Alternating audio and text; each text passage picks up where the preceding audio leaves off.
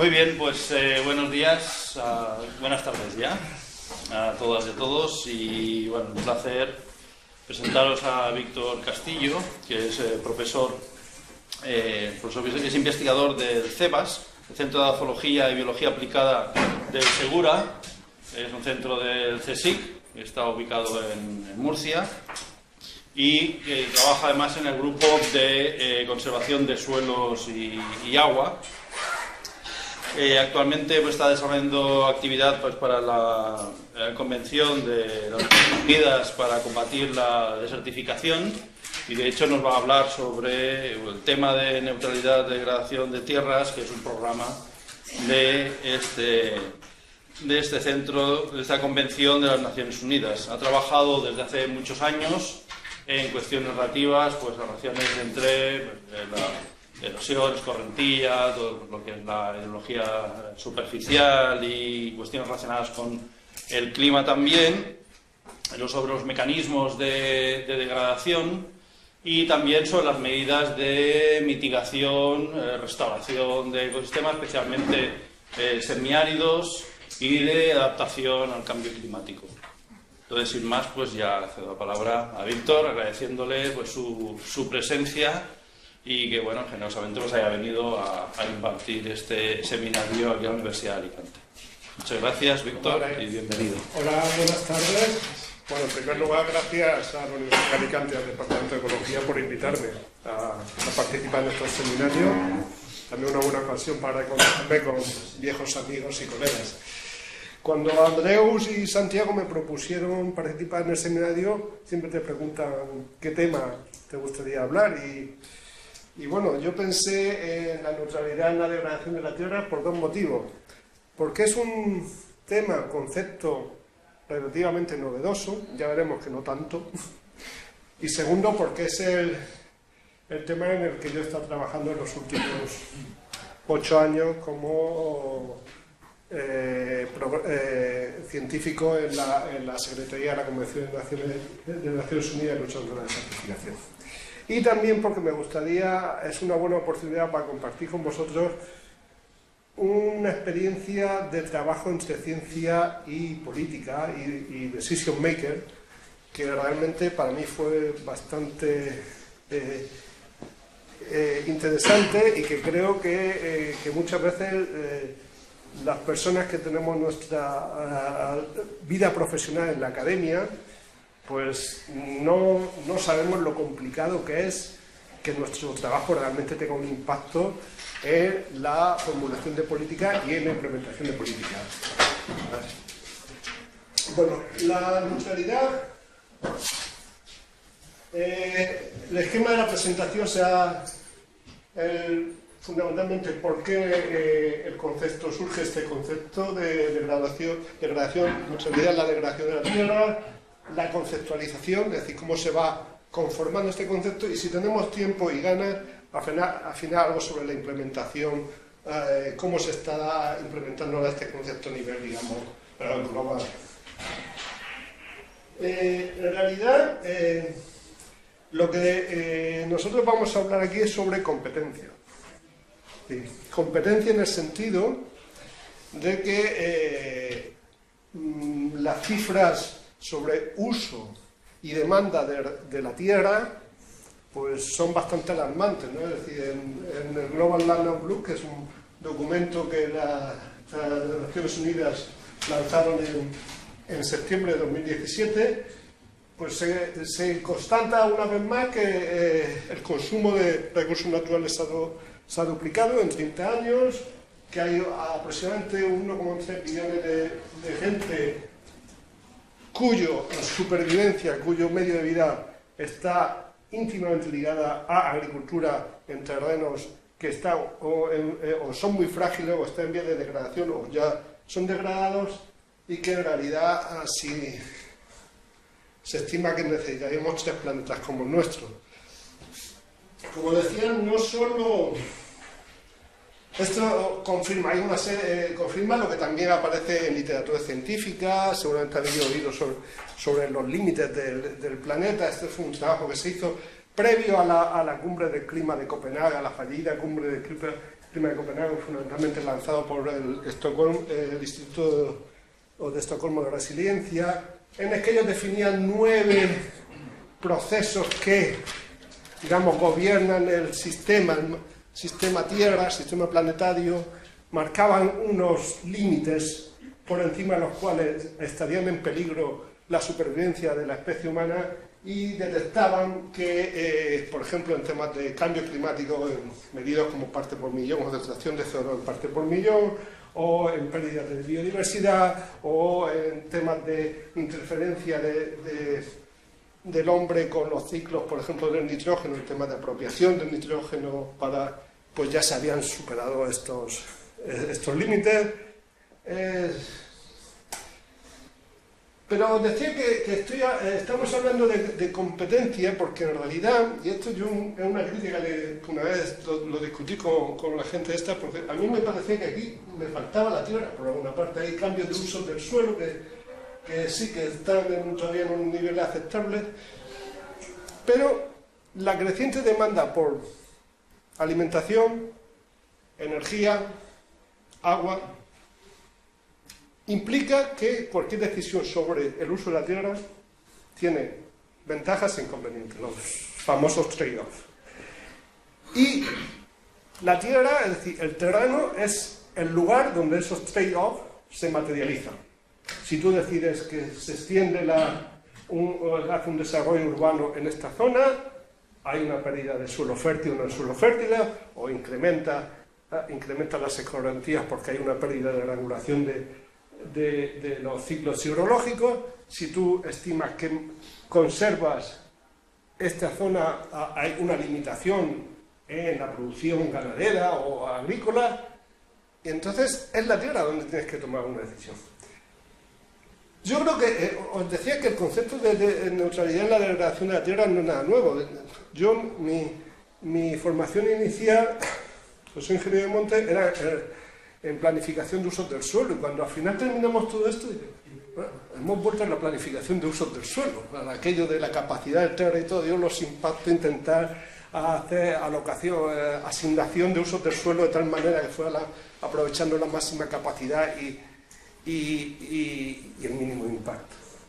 Y en esencia lo que la neutralidad de la degradación es establecer un marco en el cual, en vez de estar haciendo actuaciones individualizadas, compartimentalizadas, tengamos presentes los trade-offs y en su conjunto qué es lo que estamos, hacia dónde vamos, cuál es la visión de ese territorio. Esto es muy fácil decirlo, es casi imposible implementarlo. Pero bueno, ahí estamos. Bien, origen, pues parece una creciente evidencia que la cantidad de tierra productiva y en buen estado está disminuyendo.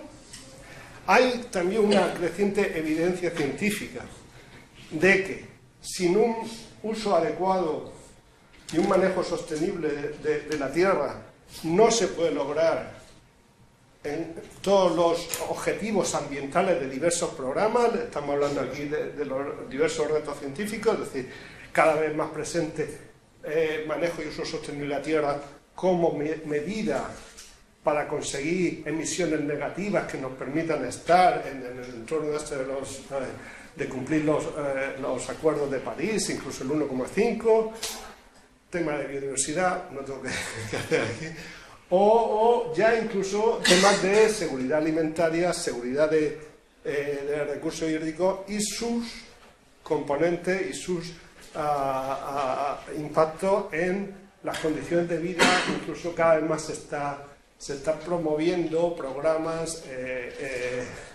iniciativas que ligan manejo de recursos, seguridad, migración, seguridad. Ahora mismo se está lanzando, lo habréis leído quizás en los periódicos, en la cumbre de Marrakech de Migraciones, un programa que es el Triple S, que es sostenibilidad, seguridad y mantenimiento de las poblaciones en sus territorios. Aparte de esto, hay un tema de oportunidad política, es decir, es un tema que aquí, como nos están grabando, pero después, es decir, de la convención, de las 3 convenciones de Río, que salen de la margen del río, ¿cuántas conocéis vosotros? Hay 3. ¿Cuáles son? Clima, cambio climático, la que se lleva todo el dinero, la que se lleva toda la atención mediática. Biodiversidad, que es bastante, como les gustan decir a los anglosajones, sexy, es decir, está el oso panda, los arbolitos y tal. Y una convención que es la de desertificación y lucha, que es la de África.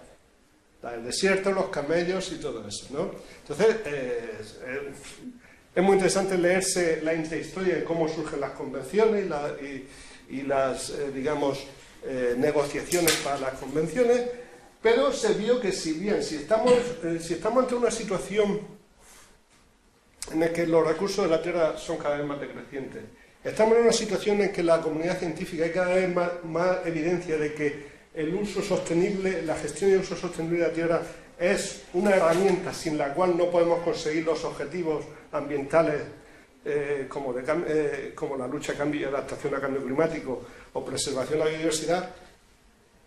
El lanzar esta idea de neutralidad en la degradación de la Tierra, que no es nueva porque todo el mundo ha hablado de neutralidad carbon neutral, todo el mundo habla de non-net loss, biodiversity loss, es decir, es una oportunidad de poner los problemas de degradación y gestión de la Tierra al mismo nivel que los otros problemas y retos ambientales.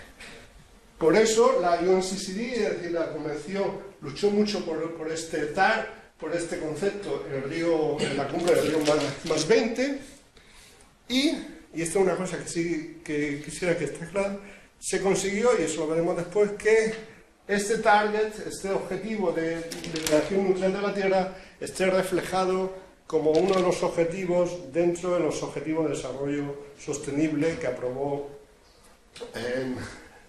las Naciones Unidas en 2015. Es decir, la Agenda 2030, que en teoría tiene que marcar toda la agenda de desarrollo, incluida los objetivos sostenibles, es lo que la agenda que sustituye a los Millennium Development Goals, pero incorporando la dimensión de sostenibilidad.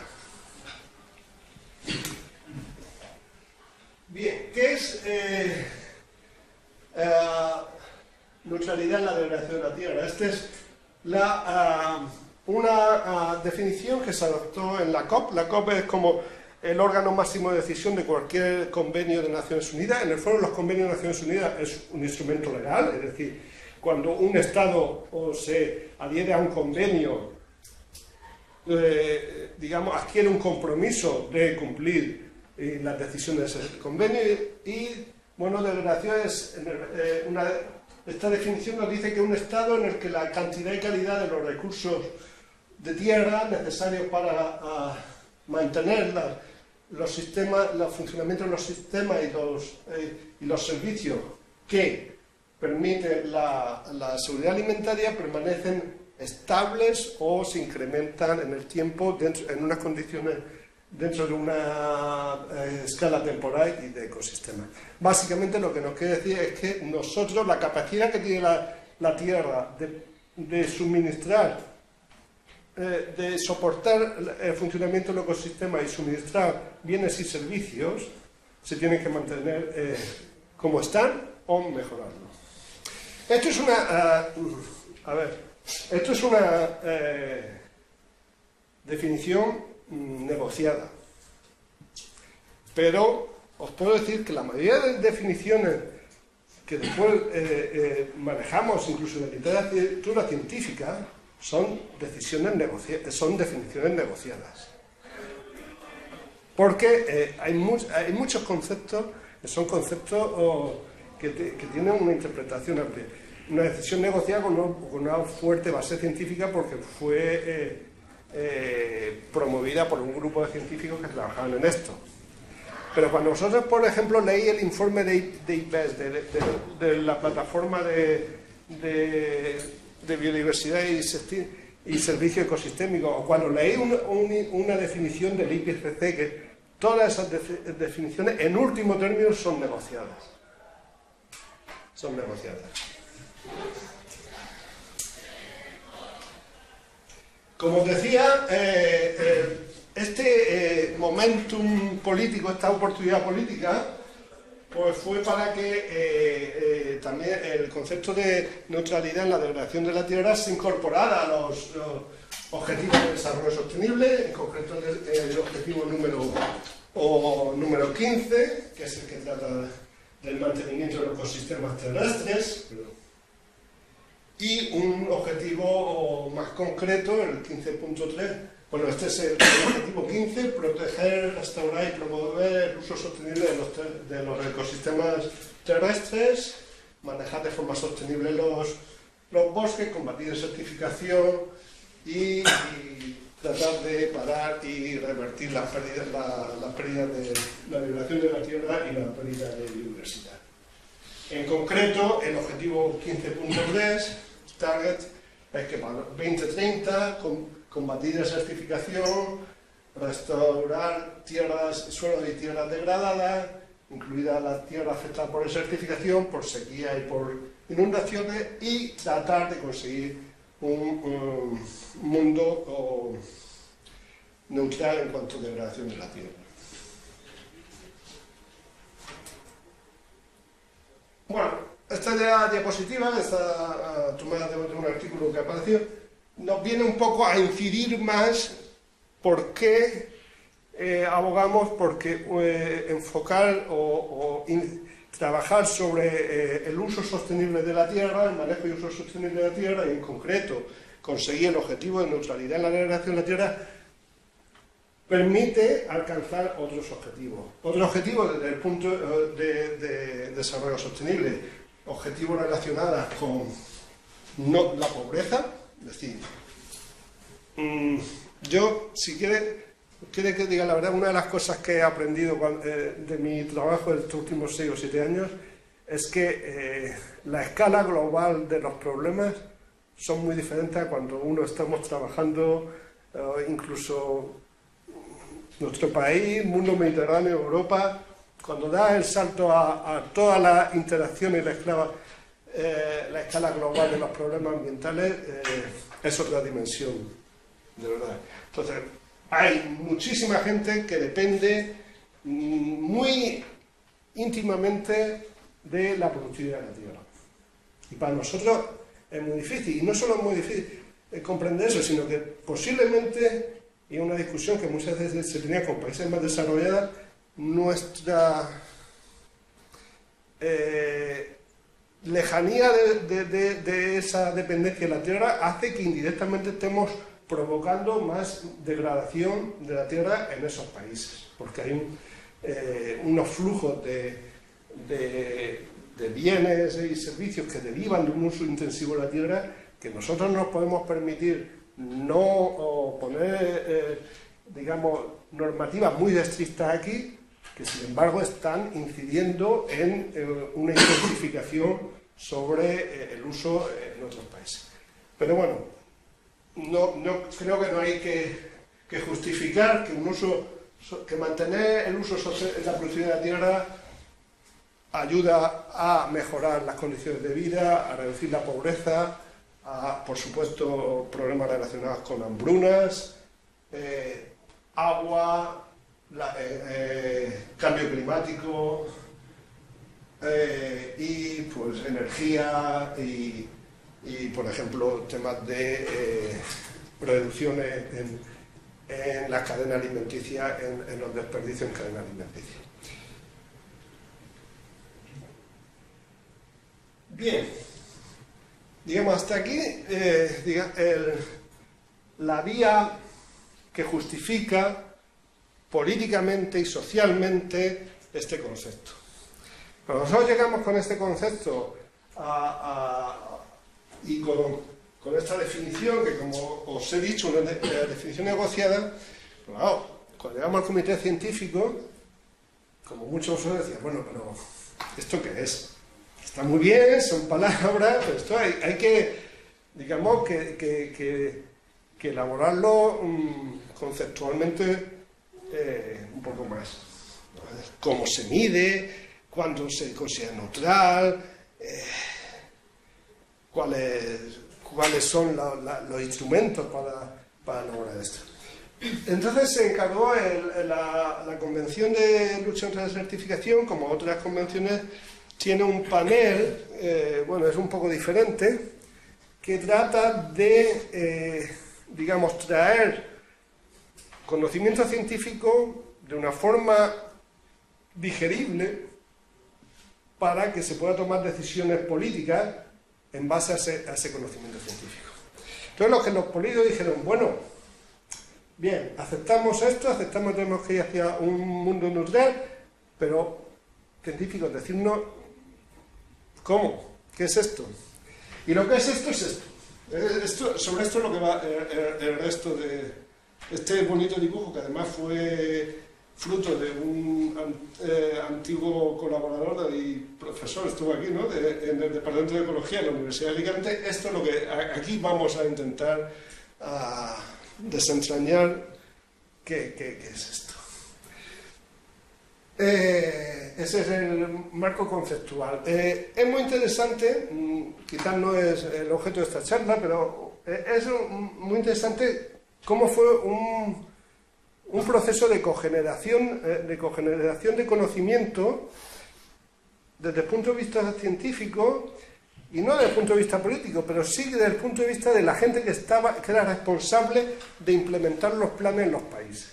Eso hizo que las discusiones muchas veces fueran adaptativas, es decir, nos íbamos a cuál sería lo ideal desde el punto de vista científico de, por ejemplo, monitorear la degradación de la tierra, y cuál es la realidad que se encontraban ellos, decir, oye, si yo voy al país no sé qué, a los funcionarios del ministerio con todas estas complicaciones me van a decir que esto es imposible. Entonces, el tema, la cogeneración del conocimiento de este concepto fue de per sí interesante. Dos pinceladas. ¿Cómo lo hicimos esto? Es decir, estaba este panel, pero nosotros detectábamos que en este panel no había todos, digamos, los perfiles de los científicos. Había gente que había algunos aspectos que no eran expertos. Pero lo que hicimos fue un pequeño grupo en el cual invitamos gente que era experto, por ejemplo, en política del non-net biodiversity laws, gente que era experta en temas de evaluación de servicios ecosistémicos, y nos juntamos como fueron 2 días, yo lo recuerdo como 2 días súper intensos. Encima no sé por qué, al final el grupo estaba bastante hacia australiano, con lo cual salía de 12 horas de discusión de inglés cuando se embalaban en australiano, difícil de seguir, pero fue muy satisfactorio. Otra cosa, quisimos darle la máxima transparencia. En aquel tiempo yo era responsable. La máxima transparencia significaba que las 3 principales resultados de ese trabajo eran un documento, todo lo tenéis en la web, un documento técnico bastante exhaustivo, tiene unos 80 de lo que es el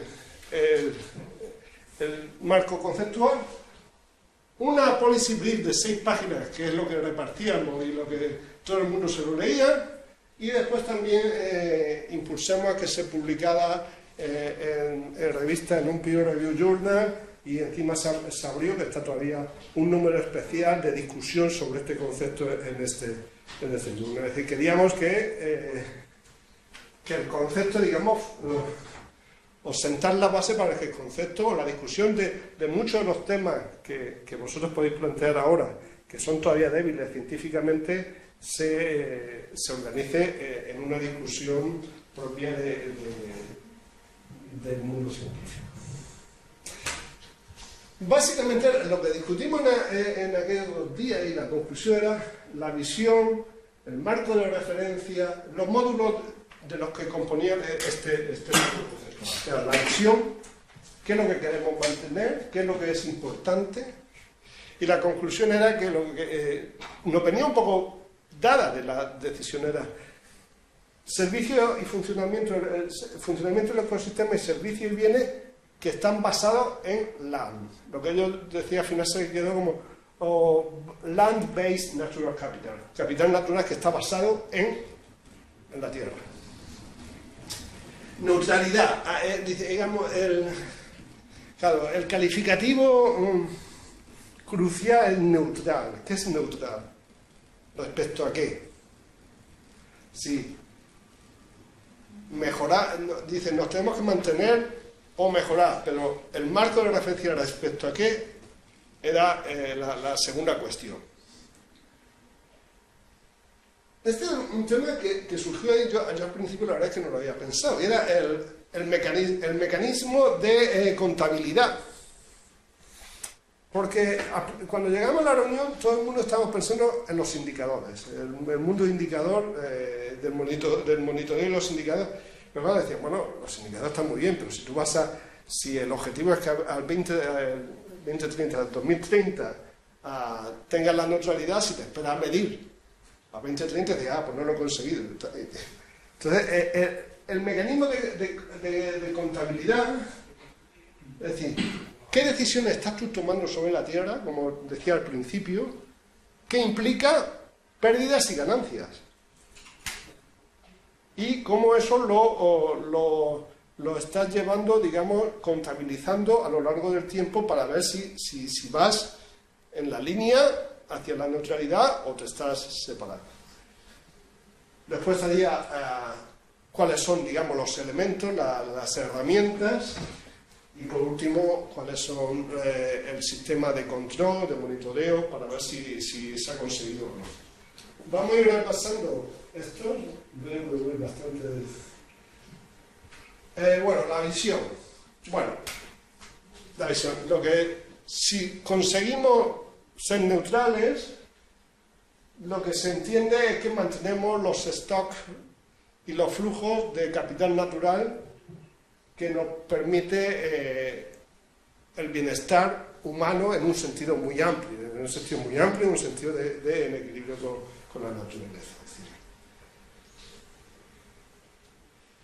Esto lo marcábamos un poco en un esquema de trabajo que seguramente vosotros conocéis, pues se ha institucionalizado mucho, que es un esquema de, bueno, hay unas fuerzas naturales y antropogénicas que producen un cambio en los sistemas. Esto provoca una presión, es decir, por ejemplo, un incremento poblacional, cambio climático, cambio tecnológico, los mercados que estábamos hablando ahora. De pronto se pone de moda la quinoa y todo el mundo pide quinoa y la superficie de quinoa en Bolivia ha aumentado por no sé cuánto y está creando un montón de problemas para que aquí tengamos todos los eco-quinoa. Esto crea una presión que cambia el estado natural de la Tierra y tiene unos impactos tanto en los sistemas, en el funcionamiento de los ecosistemas, en los bienes y servicios y en último término en las formas de vida de las poblaciones. Eso a su vez manda unas respuestas. Y aquí otro elemento, digamos, que en el mundo de certificación de la degradación de la tierra trae nueva este concepto. Y es que durante mucho tiempo nos habíamos fijado mucho en el tema de, bueno, uso sostenible, buenas prácticas de manejo.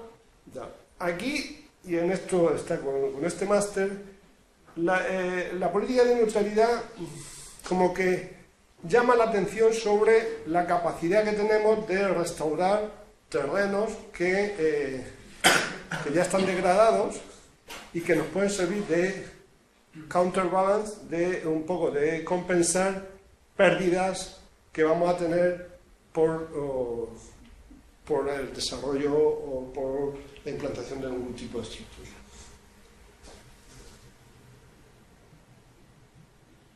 Bien, quizás esta sea la diapositiva con más que podemos discutir muchísimo más y con más incertidumbres sobre el mecanismo de neutralidad.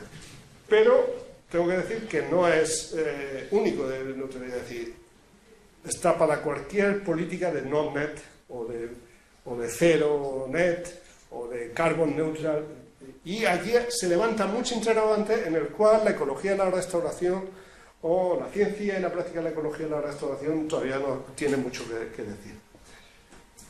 El tema es que el mecanismo de neutralidad es, bueno, hay una serie, si la política de neutralidad no net parte de una premisa que puede ser muy discutible, y aquí cada uno tiene su opinión y la experiencia de cada uno al final parte de que irremediablemente va a haber una pérdida de recursos que estamos considerando, o sea, biodiversidad, suelo fértil, agua, por un tipo de desarrollo. Y lo que las políticas no nos dicen es decir, bueno, vamos a intentar compensar esas pérdidas con cierta ganancia. Alguien puede decir, bueno, es primero poco ambicioso, uno puede mantener situaciones que no estamos de acuerdo, pero en realidad es que cada vez hay una mayor demanda o una mayor, digamos, una mayor demanda, una mayor visión de que esto puede ser una posible solución que minimice la huella ecológica que está muy importante. Porque, por ejemplo, yo leí una de las cosas que tengo que agradecer a los que me hayáis invitado a este seminario es que me he leído yo dejé de trabajar desde el punto de vista científico mucho la bibliografía que es sobre esta política. Había una sobre no-net deforestation, ¿no? Y decía, bueno, mejor que no-net deforestation sería cero gross deforestation, en el sentido de gross es como no se permite ningún cambio de un bosque primigenio transformarse a pasto, a zona urbana. Pero eso tiene el problema de que en países que tiene ya, hay un modelo de los programas de reducción de emisiones por deforestación y degradación de bosques, tiene un modelo de transición forestal en países muy maduros, en el que las transformaciones forestales han pasado en el siglo XIX, a principios de este siglo, eso se puede mantener. Países que están en proceso de alcanzar o de mejorar sus niveles de vida, dicen, bueno, vosotros desarrollasteis sin este tipo de restricciones, ahora me estáis imponiendo un tipo de restricción. Es que muchas veces la postura es muy, digamos, maximalista en cierto sentido, ¿no? Sin darle un peyorativo a este concepto, tiene sus problemas de implicación cuando, ya os digo, nos vamos a una escala global que muchas veces no tenemos en cuenta.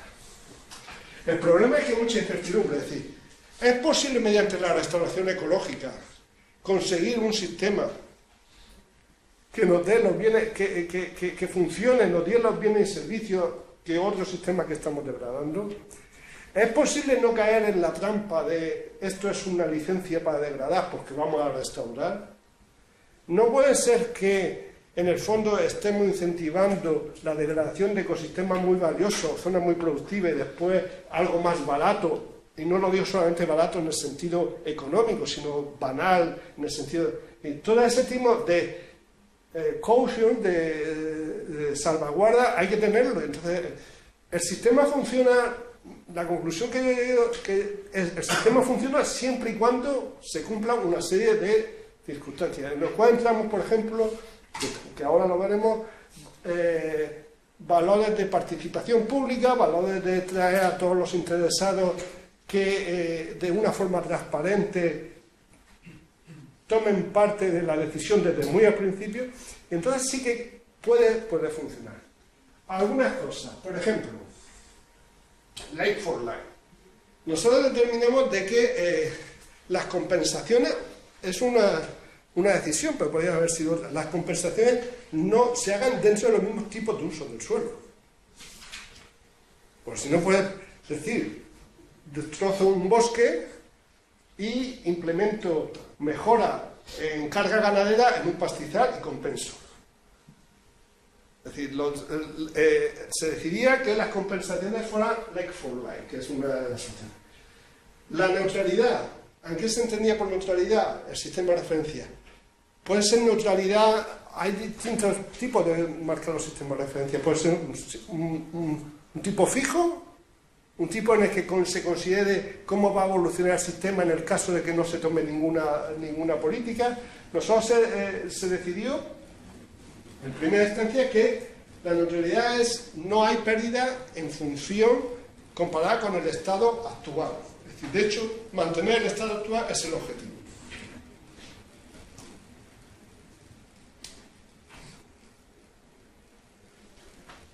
Como decía, la cuestión del estado de referencia.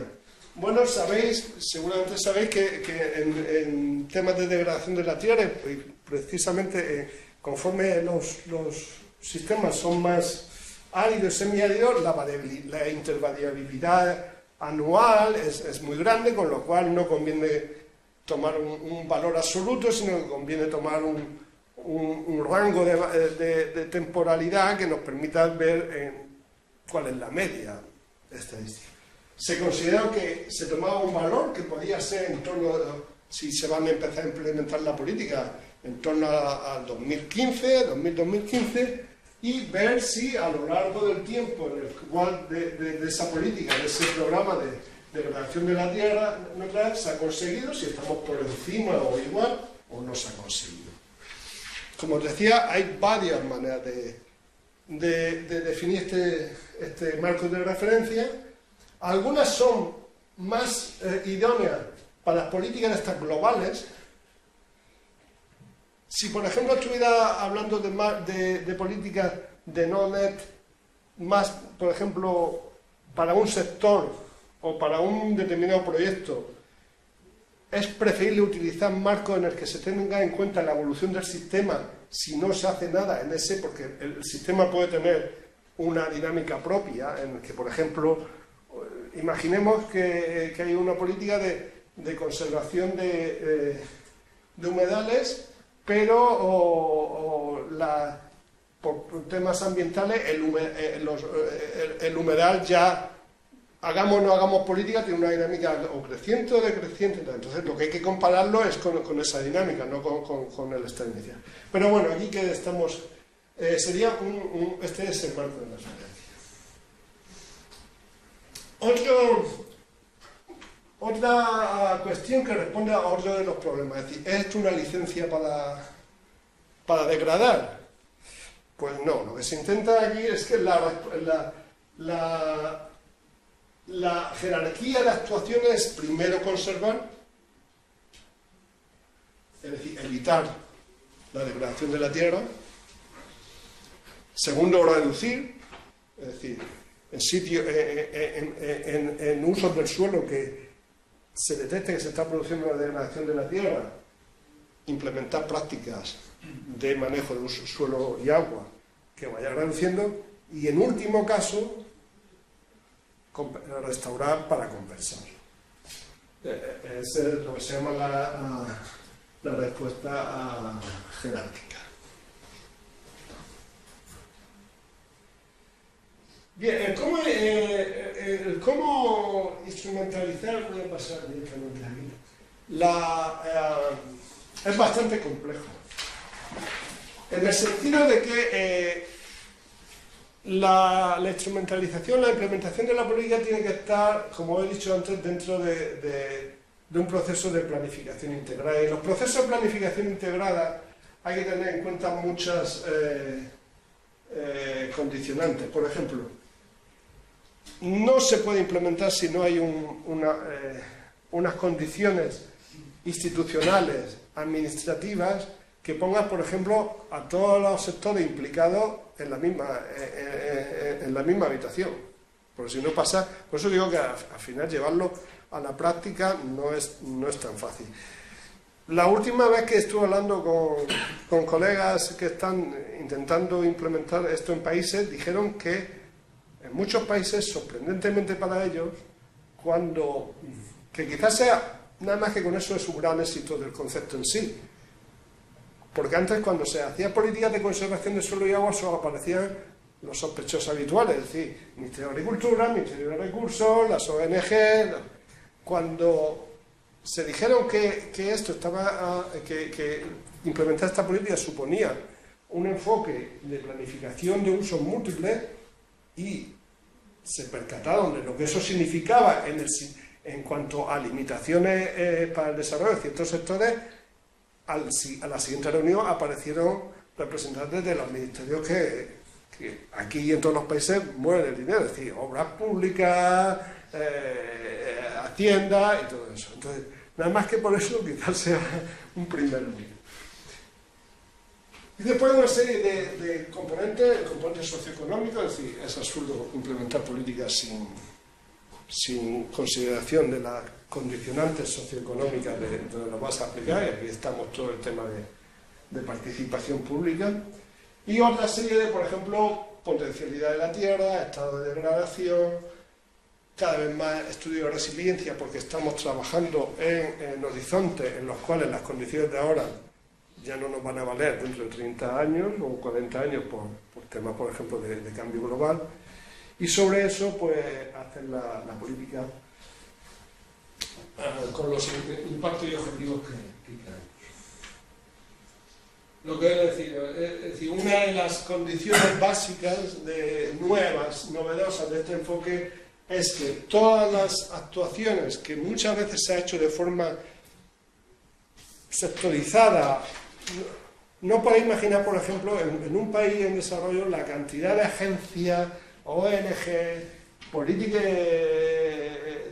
de ayudas bilaterales trabajando sobre elementos concretos de políticas de conservación de suelo y agua, y al final uno no sabe muy bien cómo se coordina todo ello.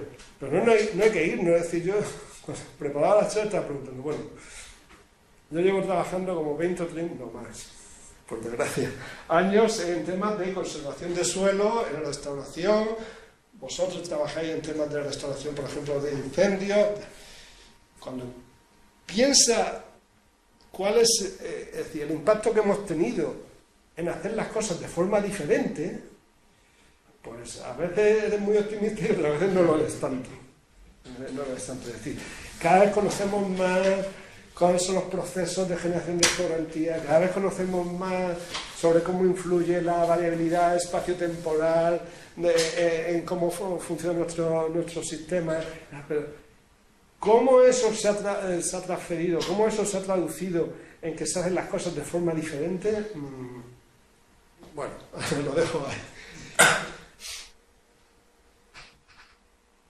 Bien, este es un ejemplo que va a ser muy discutible, pero es un poco un ejemplo de la contabilidad. Esto es un mapa de uso del terreno que tiene distintas usos del terreno, desde pastoreo, básicamente todo esto es pastoreo, en una zona que no está no degradada, y pues, por ejemplo, se incrementa por una política de subvenciones, se incrementa la carga ganadera. Eso ha pasado, por ejemplo, en las dehesas de este país. Es decir, se empezó a subvencionar por número de cabezas, y lo que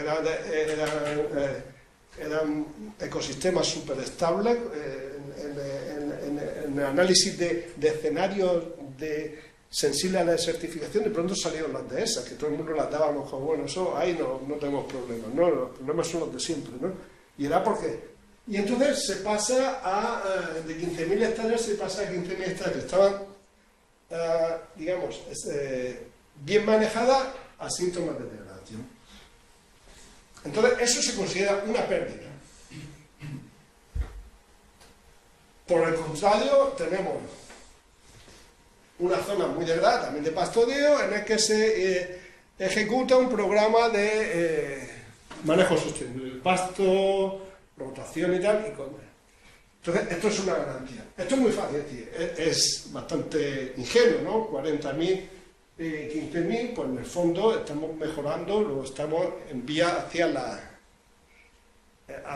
neutralidad. Problema. Bueno, primero, ¿por qué utilizamos estas tareas?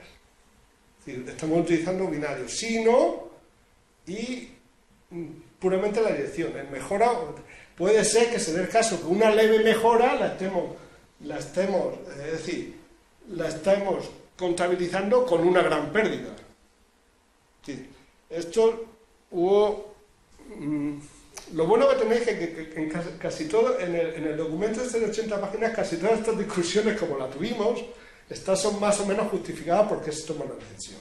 ¿Por qué se toma la decisión aquí, en este primer término? Y esto, os voy a decir una cosa, estos sí que son también, os podéis verlo como elementos que nos pueden abrir campos de trabajo y de investigación en este campo genérico, pero del cual hay muchas disciplinas que pueden ayudar.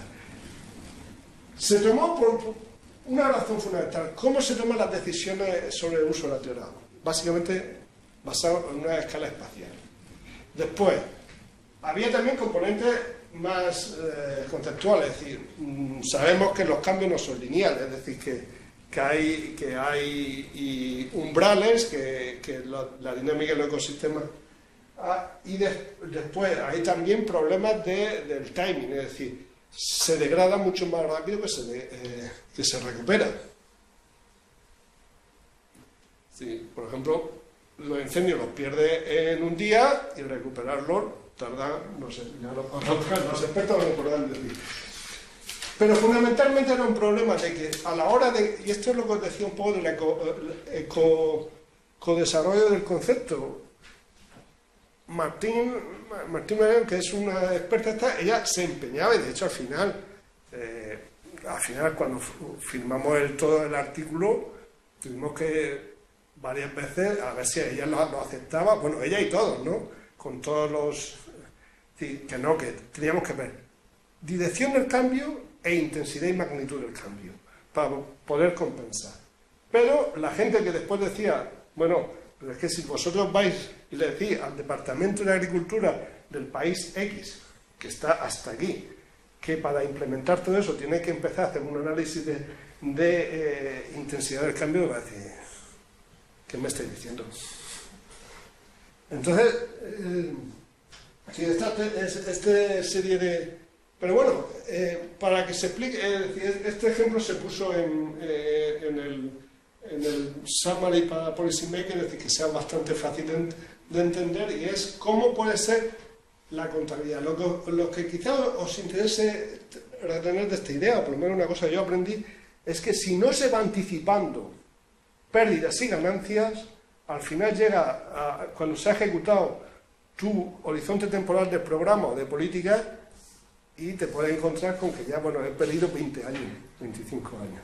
Esto implica que estas pérdidas y ganancias también la manera de traer a todo el mundo interesado a la discusión de un plan o de una estrategia.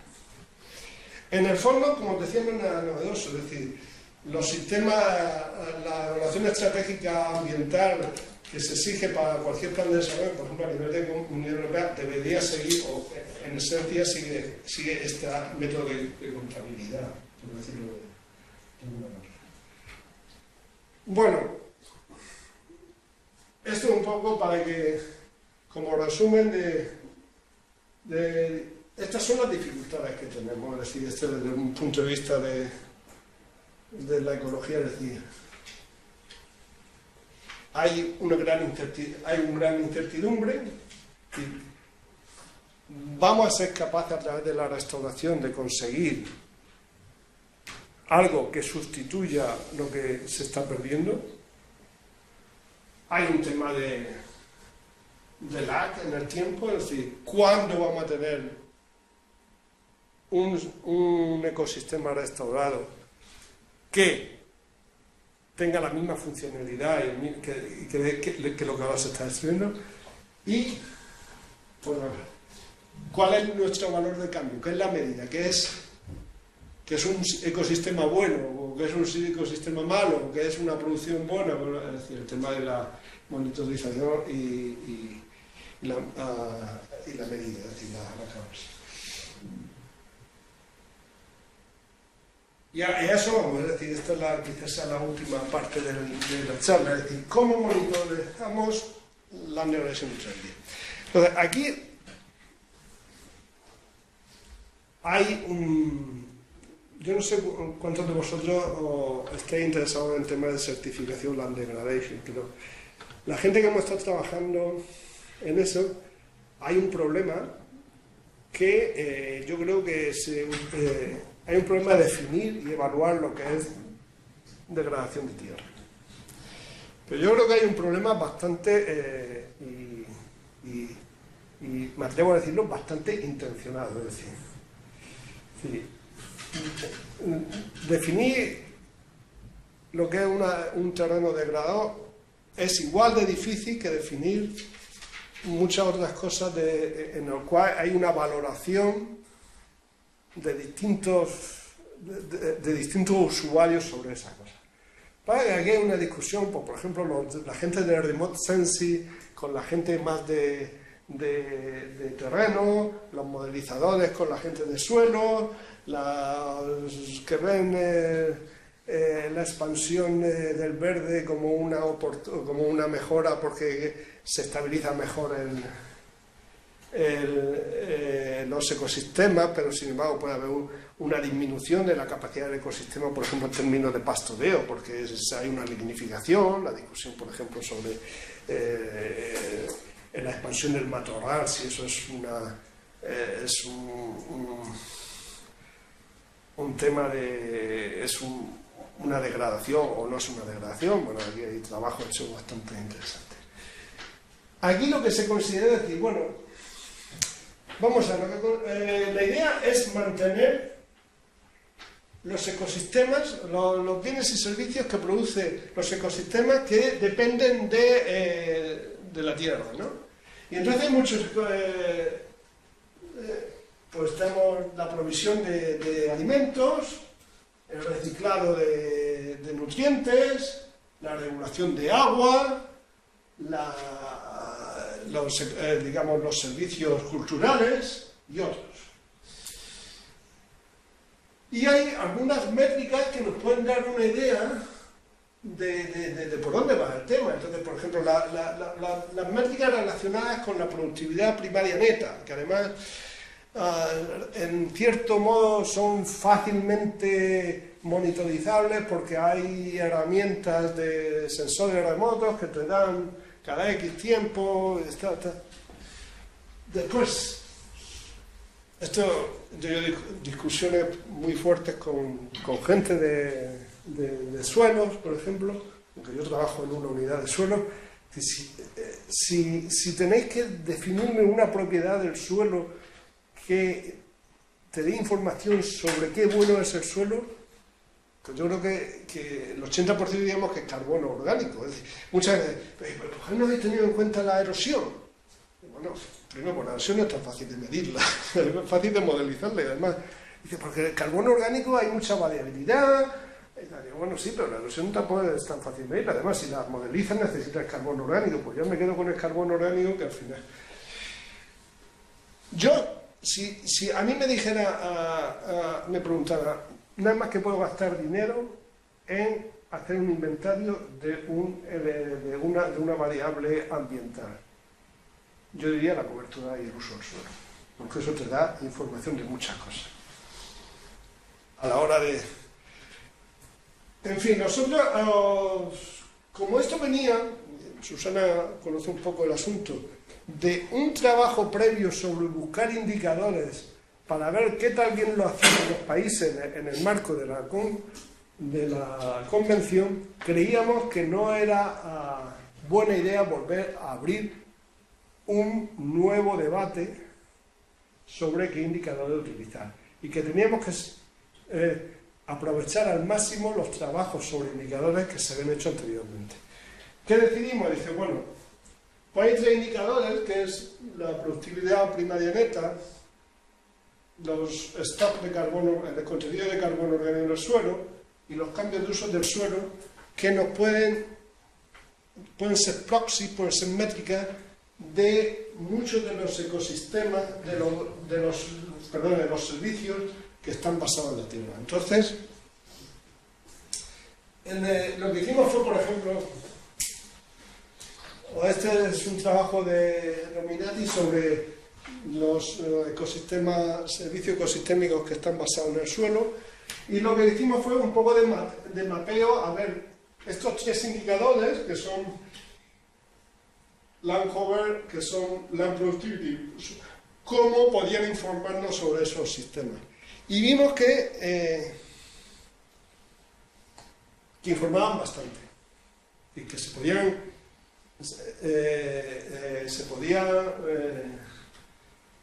con eso, sabiendo los valores de esos tres indicadores, podríamos tener una cierta información relativamente fiable de cómo funcionaban, de qué tal de bien teníamos la Tierra como provisionadora de servicios ecosistémicos.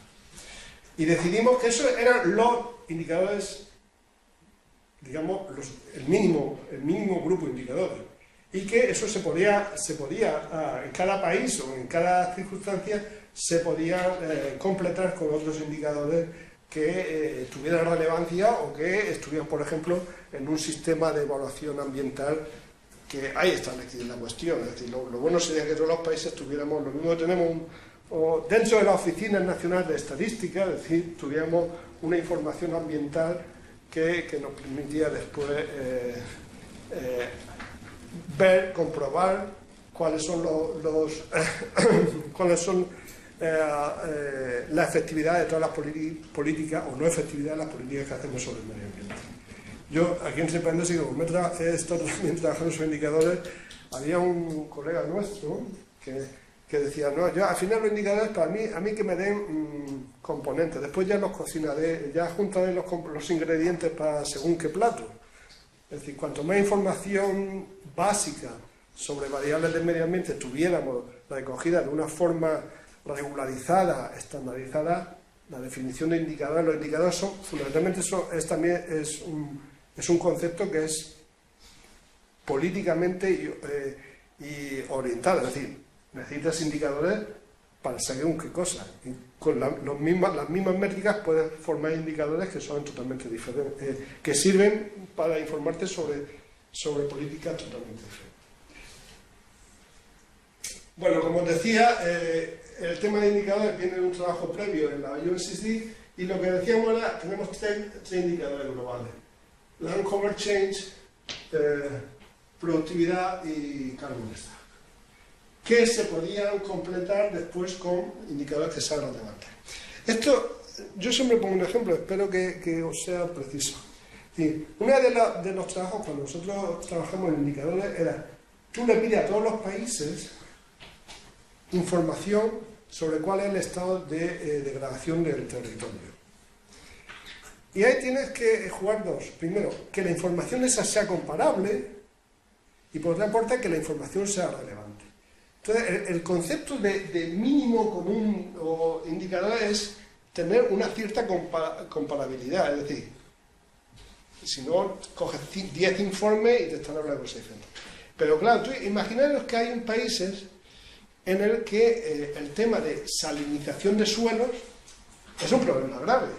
Entonces ellos quieren tener a nivel de informar sus políticas un indicador sobre salinización de suelo.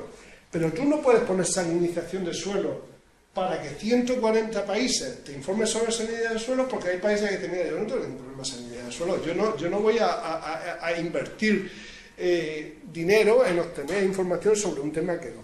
Ese tema de jugar entre lo que es común, que te permita cierta comparabilidad con lo que es relevante a nivel local y así en todo. Entonces se considera que esto, de todas formas, hay indicadores que son difíciles de interpretar. Por ejemplo, lo que hemos dicho del land cover. Seguramente habéis leído un debate tremendo sobre si en realidad el Sahel que nos creíamos que estaban desertizándose porque tras un periodo muy seco se había producido pues eso, pérdida de cobertura vegetal, incremento de albedo, erosión, pero después vuelven las condiciones de lluvia y parece que hay un regreening del Sahel. Sin embargo, la gente dice, sí, este regreening está muy bien, pero es debido a que se está expandiendo por cambio climático y por adaptación o elementos mucho más leñosos, que lo que está haciendo es que sea mucho más difícil, que haya menos producción para, por ejemplo, mantener una carga ganadera. Es decir, desde el punto de vista, por ejemplo, de acumulación de carbono puede ser una ventaja, para el punto de vista de mantener poblaciones y tal, es una desventaja. Entonces, eso se le da a que cada uno, en esa matriz de transición Land Cover Estado T, Land Cover Estado T1, defina lo que ellos entienden como degradación o no degradación. Queda así un poco... para los que somos de ciencia dura, pero, bueno, esa por ahora es la... Otro problema, ¿cómo integramos los tres indicadores? Yo le tengo mucho miedo a los índices, precisamente porque trabajo en planificación física. Entonces, los índices, tú pones ahí 17 índices, después 17 valores, empiezas a ponderarlos, los juntas todos, y al final dices, bueno, si hubiera cogido un solo valor, me saldría lo mismo. Aquí se tomó una decisión, yo no soy de las que más contento estoy, que es one out or out, que significa que si uno de los indicadores tiene un cambio negativo, se considera que se considera que la zona no va, digamos, en dirección de recuperación, sino que se mantiene o va en degradación. Bueno, una vez más, estos son elementos de trabajo, es decir, que working in progress. Bien, bueno, este es el ejemplo de, os decía, cómo se puede ver, pues, la distinta, lo que veíamos anteriormente, pero en este caso con los indicadores. Claro, este es una de las discusiones que decíamos, que me vuelvo un poco atrás, en hectáreas o los indicadores. ¿Por qué no se define, en vez de hectáreas degradadas, en función de indicadores? Porque pues, sería a nivel actual muy complicado. Aquí lo que veis es que, por ejemplo, aquí está bajando, o los indicadores se mantienen bien, pero por ejemplo hay uno que baja, es decir, la productividad, y se considera entonces que hay degradación. Es muy restrictivo, ¿eh? Yo me quedé sorprendido cuando ningún país dijo, es muy restrictivo. Proviene una idea de que este se utilizaba en un programa de restauración de zonas húmedas, que yo creo que es el primer programa de compensación que se instauró en el mundo, viene de Clean Water Act de Estados Unidos. Y la gente que estaba en favor de esta aproximación decía, bueno, vamos a ir, que siempre habrá tiempo de flexibilizarlo un poco, pero vamos a empezar por esto. Bueno, como decía antes, es efectivo, es viable. Esto, ¿cómo podemos protegernos de todos los, digamos, de resultados, de malos resultados no intencionados? Pues para cada uno de los módulos, y eso lo podéis ver en eso, el grupo de trabajo dijo una serie de principios, y una serie de principios que va desde temas de soberanía nacional, temas de considerar derechos de la gente que está allí, incentivar una aproximación gender issue, fomentar la participación ciudadana, el tema de tener en cuenta las tres dimensiones de sostenibilidad, porque, sinceramente, lo que dicen, de buena intención está el infierno lleno. Es decir, que muchas buenas propuestas de este tipo pueden desencadenar situaciones socioeconómicas bastante no deseadas. Os decía, podéis ver los distintos principios de procesos de participación, se da también una serie de criterios sobre gobernanza, el tema de considerar el conocimiento indígena y local como una fuente de conocimiento. Y bueno, voy a terminar con esta, yo creo. Asociado o en paralelo a esto, hay un programa en el que los países asumen implementar este programa de neutralidad. Actualmente hay 190 países, 190 países que se han adherido a este programa y, bueno, yo creo que una cosa se me ha olvidado, uno de los temas también que se incorporó, esta faceta se incorporó como resultado de la revisión, es bueno, conocer cómo ha funcionado, es decir, esto está dentro de un ciclo de proceso adaptativo en el que tenemos que aprender hasta qué punto esto es fiable, asumible y realista, y yo creo que con esto acabamos. Muchas gracias.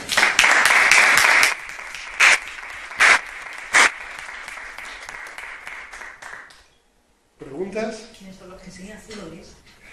Los gris son los que no están. Pero... Bueno, este es un tema que es interesante porque todavía hay una cierta idea de que la Land Neutrality es un tema de certificación, pero la Land Neutrality está ahora dentro de los objetivos de desarrollo sostenible. El objetivo de desarrollo sostenible, al contrario que los objetivos de desarrollo del milenio, afecta a todos los países de la ONU, es decir, tanto Alemania como Lesoto. Con lo cual, aunque ellos no se hayan adherido, es decir, de hecho había una discusión a nivel de Unión Europea, de si la Unión Europea, que es también parte signataria de la Convención, tiene que implementar la neutralidad.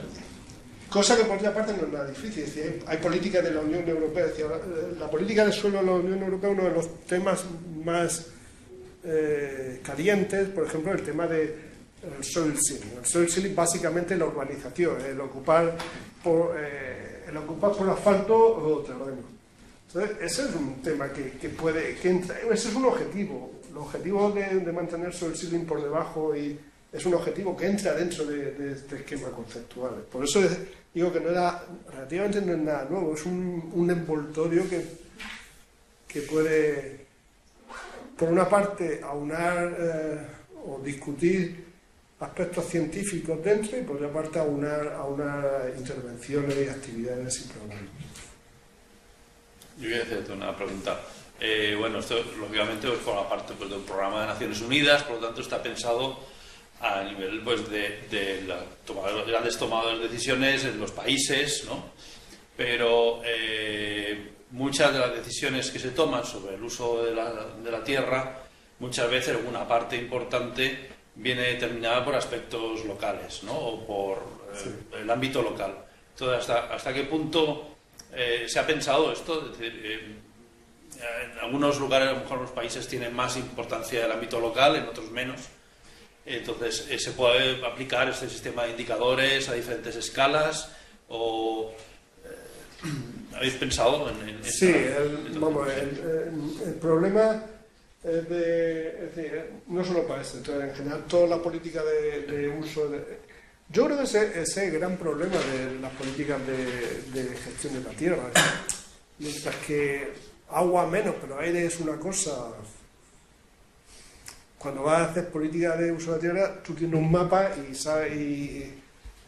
Yo tengo un ejemplo. Mi primer trabajo fue hacer un mapa de erosión de España y cuando fuimos a presentarlo al ministerio, un antiguo catedrático dice: fíjate bien, entérate de dónde es el director quien te va a recibir el mapa. Y eso, que pues seguro que va a ver su pueblo, a ver si sale como muy alto, ¿no? Es decir, que se plasma en el terreno. Sí, todo, es decir, eso es todo en todo el proceso, el tema de intentar aunar top-down, que da las directrices, los grandes marcos, con una implementación bottom-up, que es la que realmente ejecuta las cosas a nivel local o a nivel territorial, eso se tiene en cuenta. Se tiene en cuenta en gobernanza, se tiene en cuenta en que a la hora de esa toma, de ese proceso de planificación, los aspectos locales o los actores de tipo local. Yo creo que esto puede funcionar bien, la etapa, porque este es un problema que cuando se implementó este programa, tuvo un programa piloto de 16 países, incluso antes de tener el concepto de la web.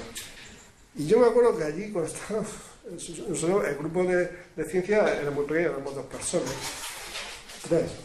Bueno, Sara, que tú la conoces, y decía, bueno, esto es neutralidad, que Costa Rica va a ser neutral en la Tierra, o que al final yo creo que, por ejemplo, grandes según el país, ¿no? Es decir, China, que el país es China comparado con otros países en los que la dimensión ya bueno, es...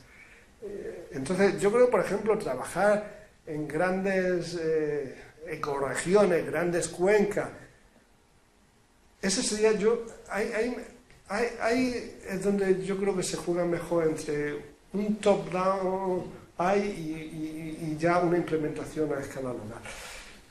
A nivel de país, yo creo que el valor añadido es, digamos, la willingness, la decisión política de que vamos hacia eso y de que el país puede hacer mucho, a nivel nacional puede hacer mucho de coordinar iniciativas, o que a la hora de hacer un programa de infraestructura se tenga en cuenta esto. La minería, por ejemplo, en muchos países.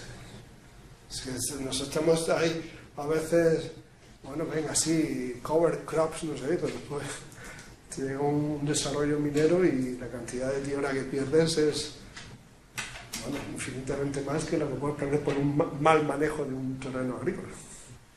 Sí, pero sí se tiene en cuenta, eso es fundamental. No me digas cuál el grado de implementación, pero en realidad yo creo que en el mundo de certificación, en el mundo de eso, el énfasis en el elemento local y tal es cada vez mayor. A veces yo te diría que incluso demasiado sobreponderar, porque cuando tú llegas a defender esto, a lograr tomar decisiones, ellos quieren cosas más sin tanto matiz. Que lo bueno tiene el Producto Interior Bruto, que nadie sabe muy bien si refleja cómo vivimos, pero va a misa.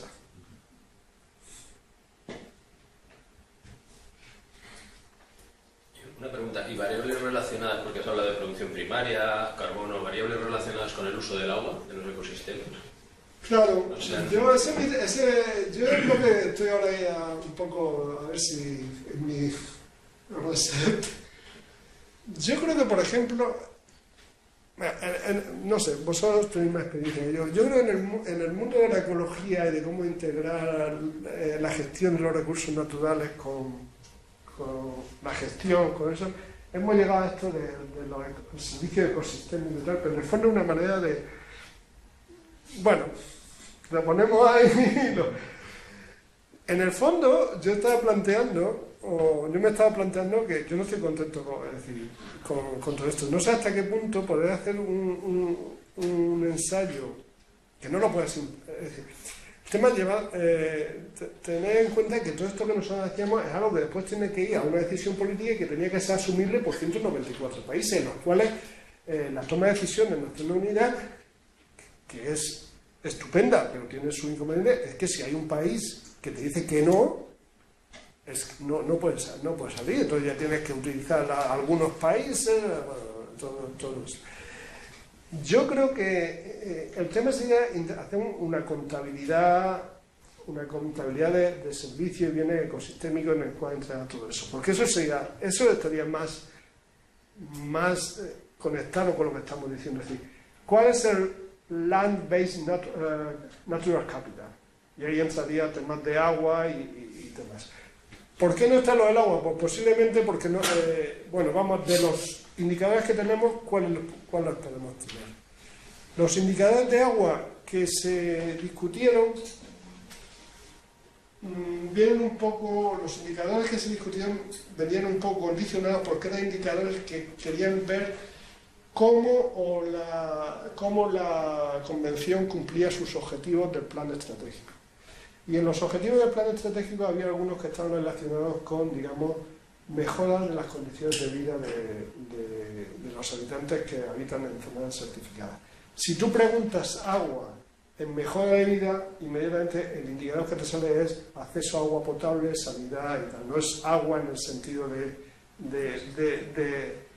sea, como había que reducir, porque el agua podía entrar, por ejemplo, en cómo la convención funciona en el sentido de mejora de las condiciones de los ecosistemas, pero ya teníamos productividad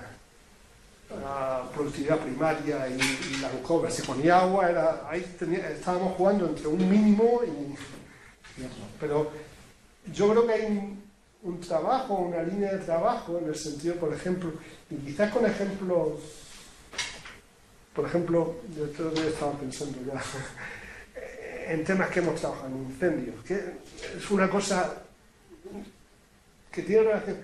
¿Cómo podemos medir el grado de recuperación de un terreno después de una fuerte perturbación, que lo podamos comparar con lo que se ha perdido? Eso está, digamos, intentando responder a cuestiones que surgen. Sí, pero yo creo que hay trabajo. Susana, ¿qué? Que gracias, porque está muy bien lo que tú dices al principio, de que es tan difícil el salto de lo que vamos averiguando en la ciencia y su implementación después, que es bueno que eso se nos recuerde, pero es que además cuando eso es a escala global ya ni te cuento, porque ahí los problemas ya no es de transferencia a la gestión, estamos hablando de política con palabras mayores. Y en este sentido, a ver, este programa me parece que tiene dos elementos, dos cuestiones, digamos, que son avances indiscutibles. Una es el mensaje que subyacente, que dice, no, esto ya no puede ir más allá, hay que pararlo aquí. Entonces, este mensaje es correcto, es un mensaje fuerte diciendo que no podemos permitirnos avanzar más en la degradación, hay que neutralizarla o quedarnos como estamos aquí.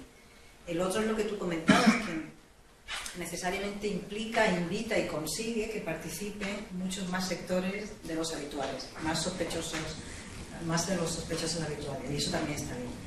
Las precauciones que se han tomado, el one out, all out, el like for like, el orden de prelación, primero conservas, después reduces y en todo caso después restauras si es necesario.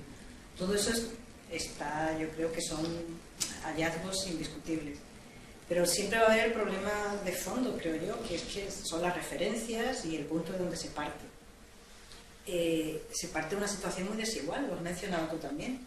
Tenemos países que ya han destrozado lo que han querido y más, países que todavía conservan a muchos ecosistemas en un estado saludable y me pregunto si aquí no se ha pensado, no se ha discutido algún tipo de ponderación.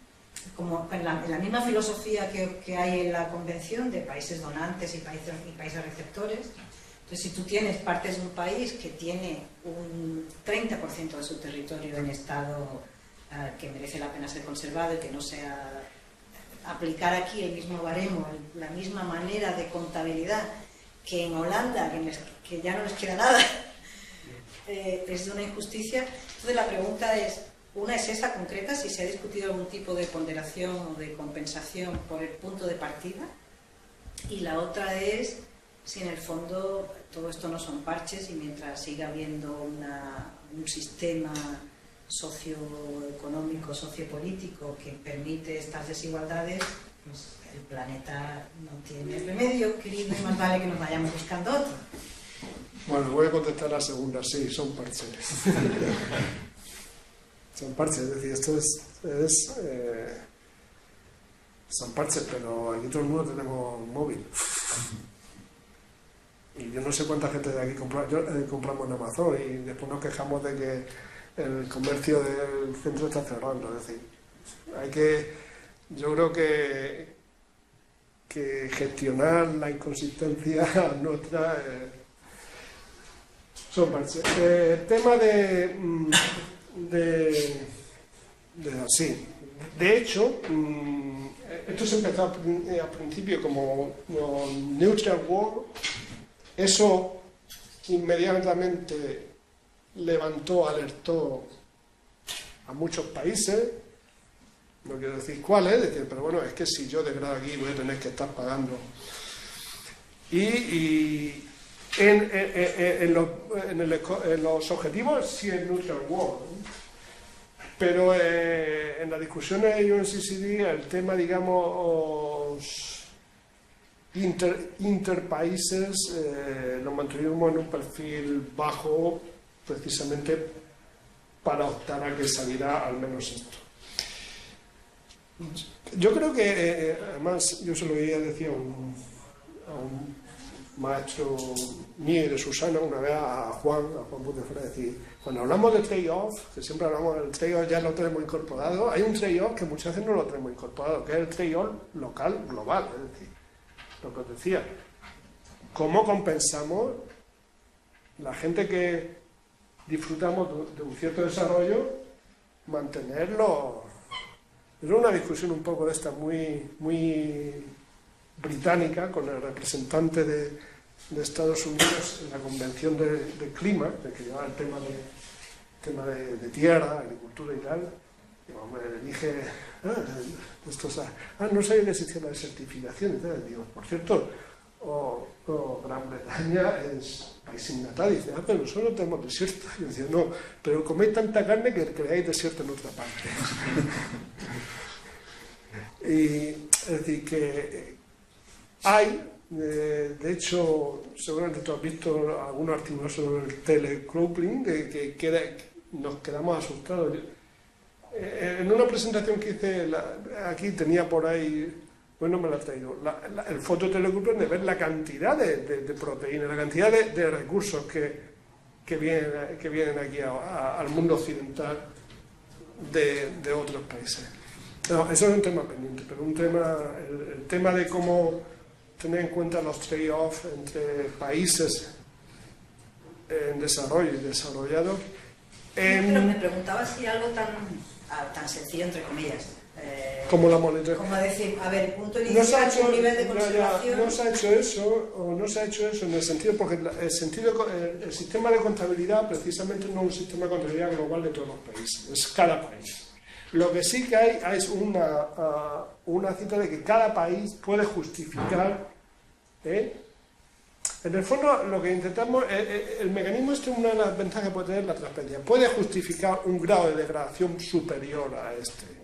Y eso es lo que seguramente en una segunda, al actual, porque si no está constreñido y seguramente en una segunda ronda, que no sé cuándo se dará, eso sería lo que entraría a formar parte del segundo debate. Es decir, si ya los países, digamos, más desarrollados le van a decir, oye, pero ¿por qué te has pasado? Ese país sí que puede decir, bueno, yo me he pasado, pero es por un tema. Mi propuesta era diferente, ¿eh? Ya. Mi propuesta es que el país que se ha pasado financie que el que no se ha pasado no se pase.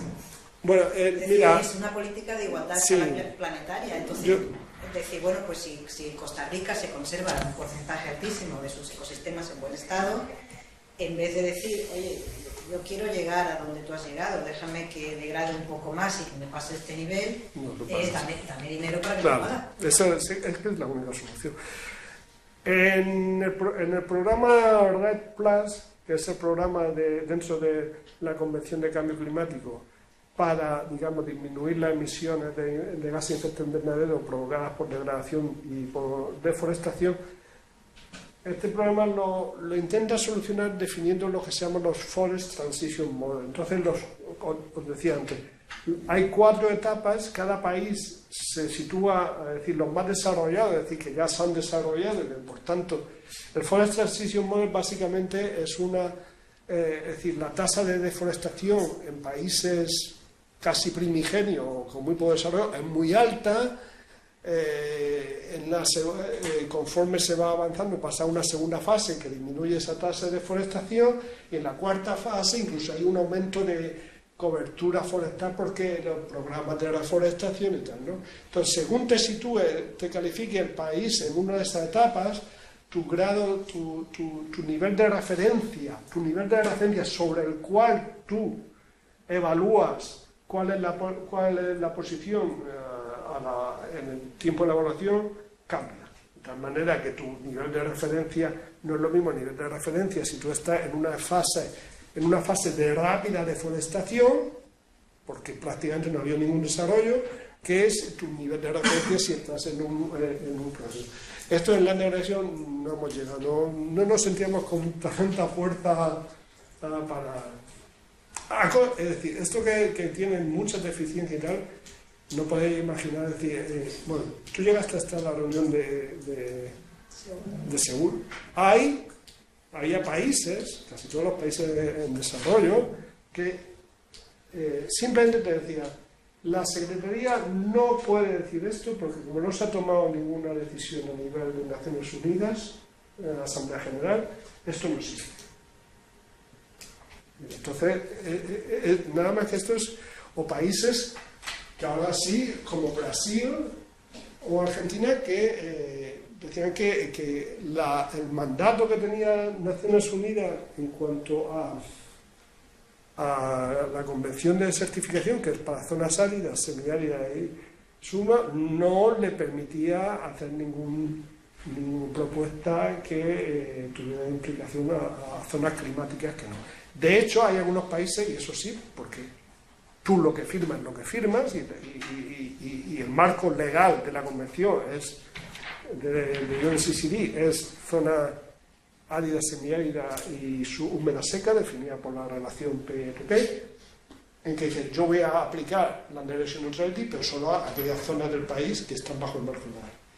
Eso es un poco discutible, porque en el fondo Land Area Neutrality es también parte de los objetivos de desarrollo sostenible, que implica a todos los países. Lo que pasa es que el grado de voluntariedad es gigante. Pero bueno, sí, hay eso es un tema que es la segunda vuelta. Bueno, espero que no haya sido un rollo de... Interesante.